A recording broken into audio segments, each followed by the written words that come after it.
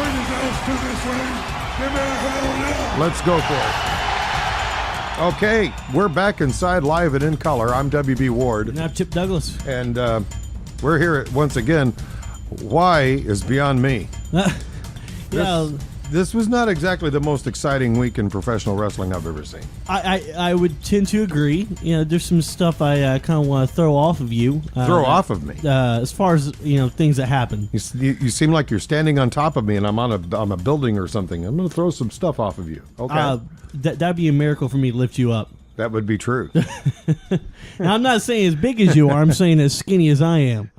Well, either way would be, that would be about right. It'd be a feat either way. Hey, by the way, Sydney, excuse me, folks, for a second. Let me take care of some housekeeping. Do you have any way of juicing up my headphone volume over there? No. No? Am I up as high as I can go? Yeah. Damn, I'm getting old. Okay, well, back to what we were doing. Sorry. Oh, well, that's the way it goes. You know, when you reach a certain age, you can only put out so much. It's true. And I've hit my limit. Anyway, what were you going to throw off of me? Well, no, it's just going to be all across the show. Oh, so it wasn't anything in specific. No. Yeah, it's just been... Well, no, there's specific things, but I'm not going to do it right now. It's just been kind of It's the intro of the show. Lackadaisical week at best. I did, however, come up with an idea for a drinking game. What's that? Next time you watch Raw or SmackDown, have yourself your collection of adult beverages and take a hit anytime you hear Nikki Bella say, you know what? I guarantee you will be an alcoholic before the night is over. You'll probably suffer from alcohol poisoning. Yeah. You know what? I counted at least 12 times during her recent tirade where she goes, you know what? And which will lead me into some other things here a bit later on. But I tell you what, why don't we just go ahead and just get things rolling here? We'll just set it all up, and we'll just rock and roll as soon as my buttons. There they go. I didn't think my buttons were going to work. Another thing that happens when you get to the stage. 10, 9, 8, 7, 6, 5, 4, 3, 2, 1. My back 0. What time is it, kids? I hope you're ready. Okay, I really didn't know if you were or not. I got it. And once again, I dive into the great well that is the Hall of Fame of SCI Twitterers, and it's from WB Creative Humor. Despite all the company-wide financial cuts, our cinder block budget wasn't touched. That's true. That's true. And I think this is one of the first times I've ever seen him use cinder blocks in performance. It's true. That's the first time I ever used the word cinder blocks in our show, really, I think. I think so. I think so. This would be a cornerstone of broadcast. What do you think about that angle now, since it's brought up? They better be careful with that, because the way they were doing it on Raw, they could get sued. Why? Well, when they had Roman toss that cinder block into a ring post, that thing's just shattered, and there's no way you can control the shards of a cinder block. I think part of it hit Michael Cole. I would have a hard time believing none of it hit somebody in the audience. I mean, it had to hit somebody. Yeah. And that's potentially dangerous. Well, you're right about that. I think when you do stuff like that can put your audience at risk, I think that's kind of stepping over a line. So do you think this is going to lead into a cinder block match? No, I don't think they're that creative. Okay, because I have no idea what that would be. I don't either. And you actually had to. I actually had to stop and think there for a second. Did you have to think if there's ever been one? That's exactly what I was doing. Yeah, not to my knowledge. I can't even come up with anything close to it. I mean they've used chairs, bull whips. Maybe it's ropes, like a sledgehammer match to where whoever reaches or grabs the cinder blocks is able to use on their opponent. That'd be the only logical explanation. What, are they going to have the cinder block hanging from the roof? Yeah, sure. Why not? Or one ceiling? piece. Reinforced steel. It'll hold. Well, it would. It would just be kind of clumsy. I mean, if somebody were up on the Cinder ladder... block on a pole match. Cinder block, it better be a strong pole. Yeah, I agree with that. I'm sure there would be some really sadistic way of manipulating the rules where they could do that. I don't know. I worry about the audience's safety on something like that. When I saw that brick shatter, it was a great effect. Right. I mean, visually, it was a very stunning performance. So I have to give him kudos to that. But man, when I saw that brick shatter, I thought, oh my God. I mean, that, if you'll forgive me for sounding like your mother, that'll put your eye out. It's true. And I mean, that could really hurt an audience member. Whenever they put their audience members at risk unnecessarily, I'm kind of thinking, okay, that might be a line that they probably had not been trying to cross over. Right. Or maybe, go ahead and keep the cinder blocks because it was a great way to allow Dean Ambrose to go on vacation for a little bit. Right. Just give him a break. Now, but that's another problem with this angle. Where are they going here with Roman Reigns? Is he going to fight Seth Rollins? Is he going to fight Kane? Or is the rematch of Randy Orton going to happen? Actually, I think this is the way it should have gone to begin with. I mean, after all, it was Roman Reigns who got hit in the back by Seth Rollins. Right. It wasn't Dean Ambrose. So quite frankly, I've always wondered why they went at it from the idea that it was Dean Ambrose seeking revenge, when in fact it was Roman Reigns who got first smacked by the chair by Seth Rollins. Because they were more interested in pushing Reigns at that point to a different level, to a main event level.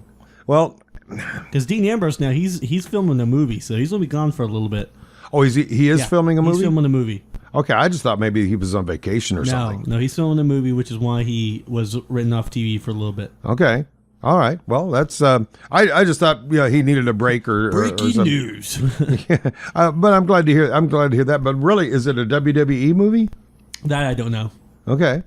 All right. Sorry, no details. Okay. Well, I was just kind of curious. I mean, that would, if they're allowing him time off for it, I would imagine he's probably doing one for the Gipper, as it were. Yeah, I imagine so. So, yeah, it'll be interesting to see if he can act.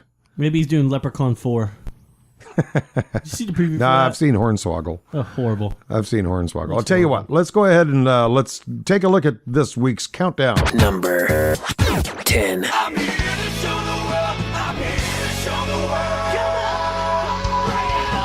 Intercontinental Champion Dolph Ziggler didn't get his hands on The Miz this week, but he did make short work of the Awesome One's stunt double, Damien Mizdow, on Raw. Number 9. Divas Champion Paige put Natalya and Emma in their place on Raw and SmackDown respectively, although the British title holder looks awfully unnerved whenever frenemy AJ Lee skips along. Number 8. WWE Tag Team Champions, the Usos, never back down when challengers to the tandem title holders come knocking, which is probably a good thing now that Star and Goldust has set their sights on the Samoans. Number 7. Mr. Money in the Bank, Seth Rollins, just can't seem to shake the fallout from his Shield desertion. Just when he thought he finally destroyed the threat posed by Dean Ambrose, Seth Rollins now finds himself fighting another former friend in Roman Reigns, a man who won't be intimidated by a few cinder blocks. Number 6.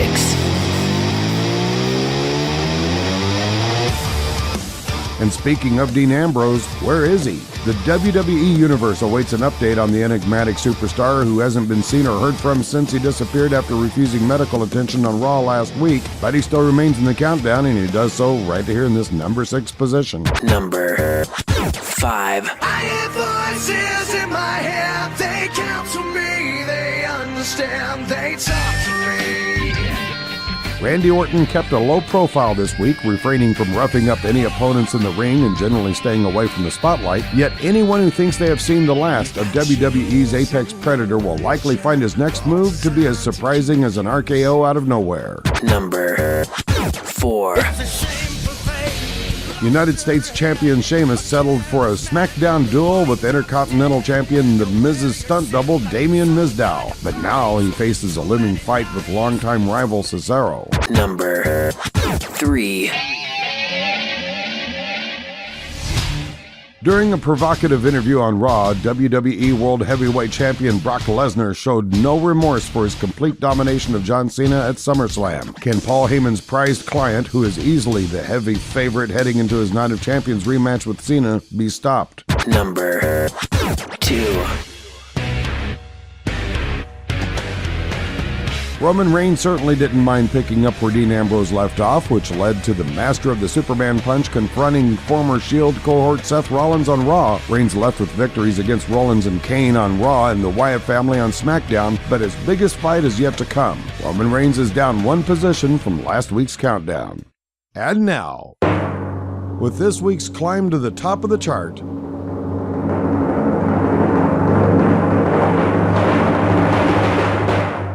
Number 1. it's been 5 weeks since he's been in the number one position, and while he's well aware that WWE Hall of Famers debating his legacy is more fodder for the tabloids, John Cena knows one simple truth. No one is certain he can defeat Brock Lesnar at Night of Champions. As shown by his Wyatt family domination on Raw, Cena intends to remove all doubt about his capabilities. That's this week's SCI Top 10 PowerPoints. I'm gonna be a champion. Yeah, I got what it takes. And that's a look at this week's PowerPoint countdown. And, you know, it's funny, twice within the countdown, Damien Sandow was mentioned. Damien Mizdow. Mizdow. I think he's got to be the most misused talent right now, possibly outside of Ziggler. Right. Well, and I think that right now they're putting Ziggler in a good spot, though. Now, Ziggler's climbing up. And by the way, before I say this, if you've ever wondered, the countdown status that I get is not anything really that I put together. That's based off of surveys from the WWE audience. This is actually pre-established by the fans themselves. So whether or not you agree with some of the rankings in there, that's all up for debate. So don't send Bill or WB emails. But this is the reason I bring this up. People like I just said his name, Dolph Ziggler, who I think should have been first and foremost a long time ago, just made his debut on the top 10 he did. this week. That is when I first heard his music. I was like, whoa. Yeah, that's so I was very happy to see that.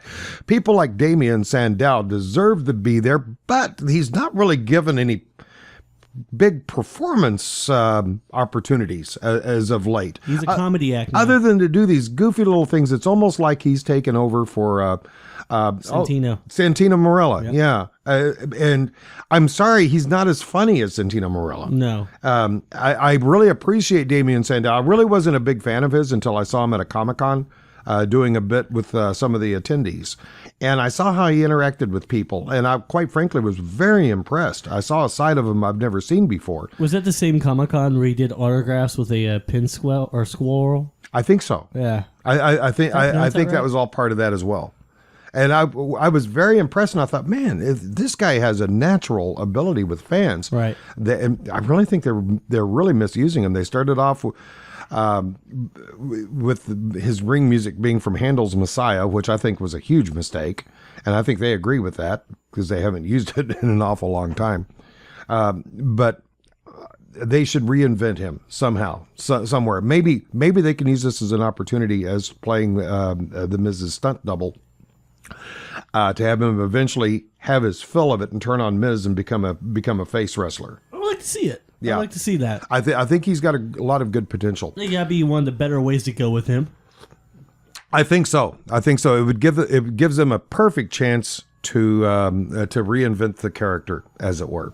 By the way, I want to give a shout out to a friend of mine, and I know this is not really very professional, but I'd like to say good morning to Bill Flynn. He's the morning man for AM 90 The Eagle over in Winston-Salem, North Carolina. And I was recently a guest on his morning show. That's a good show, by the way. Oh, did you hear it? Yeah, I heard it. Bill is he's a great interviewer, and it's the second time that I've been on his program. I was waiting to hear my name, so I had to listen to the whole thing. Oh, that's right. You were mentioned on there. Yeah. That's right. I forgot. Yeah. I forgot all about you. See? But it turns out Bill is a huge Ric Flair fan. And I mean, he can tell you anything about Ric Flair you would ever want to know. Wow. And probably a few things you really wouldn't care to know. It's crazy. Well, what was North Carolina, right? Yeah, it's North Carolina. So That's Flair country. It makes perfect sense. It makes perfect sense. I mean, over there, Ric Flair is a god. Yes. And I mean that in a respectful way because I have the greatest admiration for Ric Flair.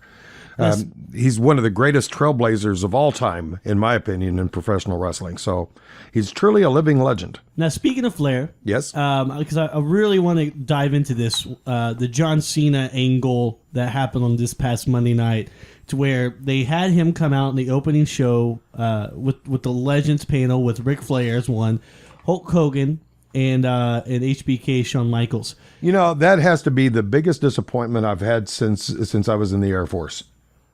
Why was Well, I was really looking forward to that because I thought, man, the idea behind this, they got Shawn Michaels, they got Hulk Hogan, they got Ric Flair. How could you possibly mess that up? I found out. Yeah, they were able to do it. That thing was more lame than me trying to walk a tightrope. They felt no connection, no chemistry. Why were they with each sitting other. down? I agree with that. They should not have been sitting down. No. They should have been standing up. At least if they were going to sit down, just have bar stools. There was no reason for a desk. It wasn't Right. like they were signing contracts or anything. Right. And it really took away from a lot. And really, John Cena, I know they needed to promote him, but the appearance was just not necessary. And it just really kind of took the wind out of the sails. And I follow that up with what happened later in the main event of the show when he fought Bray Wyatt and the Wyatt family, which I have a big issue there. I mean, you were building Bray Wyatt and you were building the Wyatt family up, but yet you're okay with him just getting completely smashed and buried in 1 week. I've been thinking the same thing about the Wyatts because, you know, when they first appeared, you and I both were predicting these are the next big thing. Yes. And they certainly could be. They most certainly could be. I haven't seen new talent like that come along in a long time. Well, now, I mean, where are they gone with them? They're in no feuds. And I really don't see an angle out there for them. I'm trying to think of baby faces that would help their potential, and there is none right now. Maybe another internal implosion? Possibly. I mean, maybe someone isn't digging Bray Wyatt backstage. Like I mentioned last week, Vince McMahon and Triple H are butting heads a lot backstage on creative ideas. Well, you'll notice the audience when the Wyatts come out are no longer as enthusiastic as they once were. Well, I think, but they're still doing the little flashlights. I've been kind of wondering about that. I can't wait till they come back to town so I can attend a live event to see how legit that is. Yeah, I mean, well, it's a cell phone. That's all it is. Well, I know, but I'm. The response of the fans is so lackluster now from a live standpoint. I'm beginning to wonder, is that a doctored image? Because I know with the cameras, they can put on what's called a star filter. Like, for instance, whenever they do a long shot of the ring and, they have the sponsors' graphics come up on the picture and stuff like that. Yeah. If you'll notice, the spotlights all have kind of like a star reflection on them. And Right. that's what they're using as a star filter. So whenever you have like about 3 or 4 cell phones open in the audience and it's a blackened arena, if they put on a star filter on the camera, that will really almost enhance the way those 3 or 4 cell phones look and to make it appear to be even more. Huh. So I am kind of wondering, how legitimate is that appearance when you're actually in person? I don't know. That's a very good question. I just don't. I still love them. I still love the angle. Everything about them to me screams potential. I think they need to go back to their roots. If they don't do an implosion line, they need to go back to the Wyatt's roots. Right. Bring Abigail into the picture somehow. Maybe Actually bring in Abigail.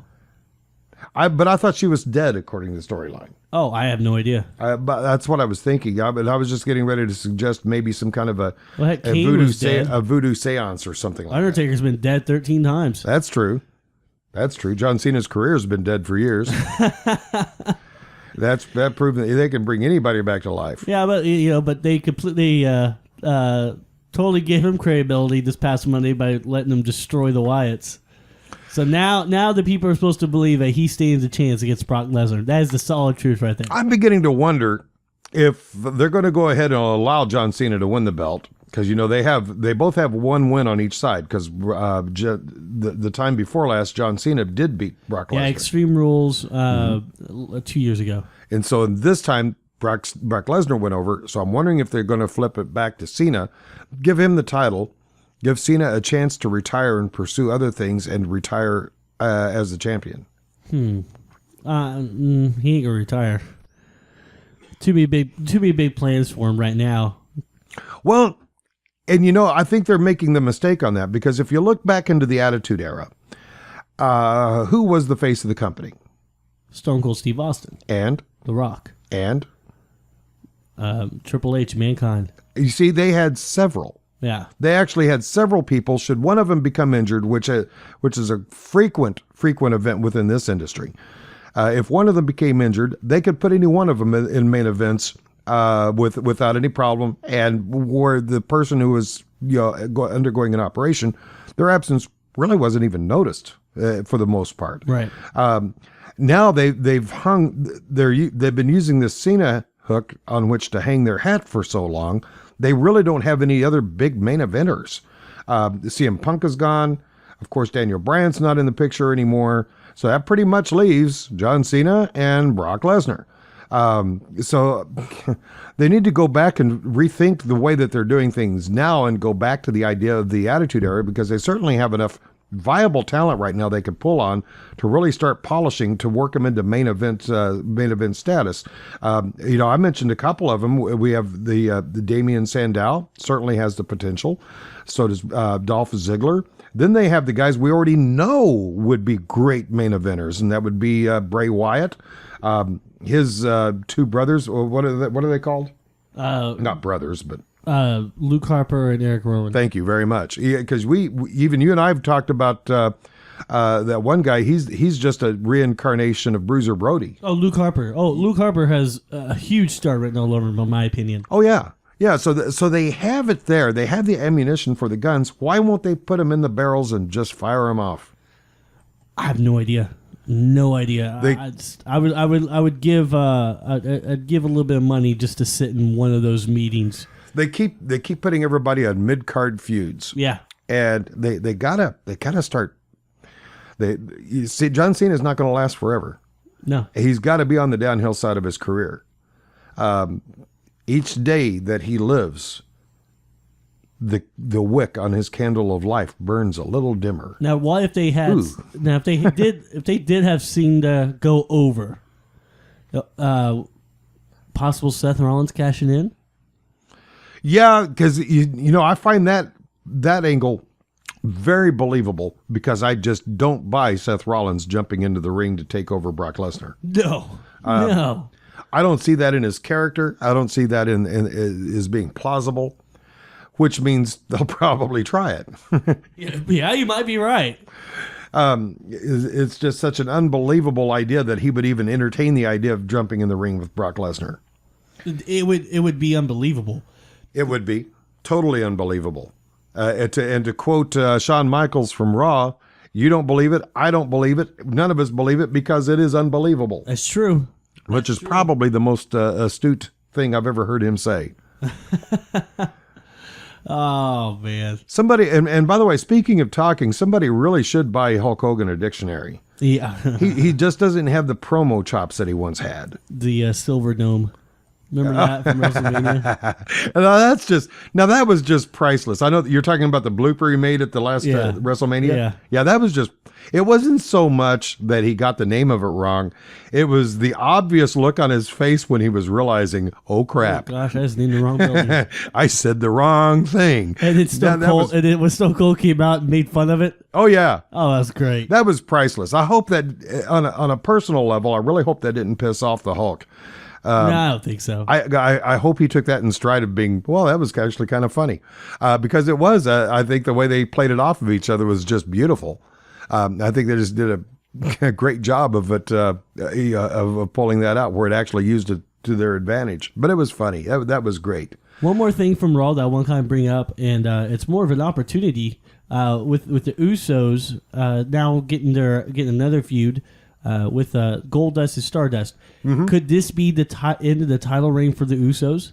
It could very, very, very, very well could be. And I'm glad to see them doing this because it does give me a little glimmer of hope at the end of the railroad tracks on character development. Right. I'm thinking the Golden Stardust are now heading in a direction that they should be. I think they would make some very lovable face tag team, but they really don't have any good heel tag teams right now. No, you don't. And both of those guys have a great track record playing heels. So I think they have good chemistry together, and I think they've got a good idea with the Golden Stardust gimmick. So, yeah, I think the Usos are about ready to step down, and I think this will happen at Night of Champions. You and I were talking before the show, which we almost never do. The only two matches they've really announced so far, well, the only match they've announced at all is Cena and Lesnar. The only other one that I know will happen will be the Usos and Golden Stardust. For the tag teams. I mean, I think that's, at this point, that's just a given. Pretty much a given. Yeah, because there's really nothing else lining up. What other matches do you think we might be seeing at the Night of Champions? Anything? Well, we're definitely going to see Roman Reigns involved in some kind of match. Oh, there is another match. Sheamus versus Cesaro. Yeah, I think that one's going to happen. That one will happen. I forgot about that. And I think Roman Reigns will be in some kind of match, possibly with Seth Rollins. Man, outside of that, Dolph Ziggler will probably face rematch with The Miz. That's getting real old, real quick. Yeah, I agree. I'm not really liking the new Miz character at all. No, I don't think the audience is buying it. Right. And I've always been kind of a Miz fan, but I'm not really liking this angle too much. Paige will definitely put her Divas Championship up against someone, more likely AJ Lee, of course. I think it's going to be AJ again. But so we'll see what happens all there. AJ, they keep going back into the same well. Now, are you watching WWE Network any? Some. Have you been watching the Monday Night Wars? No, I haven't. I want to see that. Oh my gosh, you need to actually. I think WWE Creative needs to be watching that. That's true. That's true. Now, there's only, to my knowledge, I think there's only 2 episodes of it up right now, and they're about an hour apiece. I'm sorry, I was coughing. Did you say it was an hour apiece? Hour apiece. Okay. And what I'm so impressed with is how much detail they put into the show. I mean, they are really very fine tuning this, breaking it all down segment by segment by segment by segment. And you really learn some very interesting things what happened back then. They go into great detail about when Luger showed up at his first appearance on Nitro. And literally the night before was at a WWF or WWF at the time, WWE house show. Mm-hmm. And literally the next night he was on WCW programming. Wow. And the contractual obligations because there was only a handshake deal. There was another part to where Mick Foley, when he first started at WWF or WB, whatever you want to call it, he was only guaranteed 10 dates to wrestle at $150 a piece. Mm-hmm. That's it. And we're talking back in guaranteed contract times with WCW where Scott Hall and Kevin Nash were getting millions a year. So $150. So basically he's guaranteed $1,500 a year. Wow. By the way, my complaint about the WWE Network last week apparently has been answered. Because I was saying they can do that for $9.99. And I made the point, no, you can't. It's $59.94. Yeah. Because you have to commit to 6 months in order to get the $9.99 price. Yeah. Now I noticed this week on Raw and on SmackDown both, anytime that they use that line, you can get this for $9.99. There's a graphic on the screen with the words per month on it. So now they're kind of stepping up to the plate and being a little bit more Does it say 6 month commitment? I think it does. Sure it does. But at least they put in the words per month. Right. I'm a happy camper as long as they do that. So, yeah, this was a quicker 30 minutes than I thought it was going to be. Quick 30. Because quite frankly, I didn't think we had anything to stand on. We can always make it work. That's true. That's true. I'll pat ourselves on the back. Week after week, we tend to come up with something. But I guess all in all, there's always something to either complain about or to gripe about. And by the way, our best wishes going out to Ryback as he's going through surgery, in for a speedy recovery. Him and Jake Snake Roberts as well. Jake the Snake Roberts, double pneumonia. Yep. Goodness. Yep. I mean, they're falling apart, for God's sakes. Guys, knock it off. Come back. We need you. Join us next week in your computer for another episode of this program we call SCI.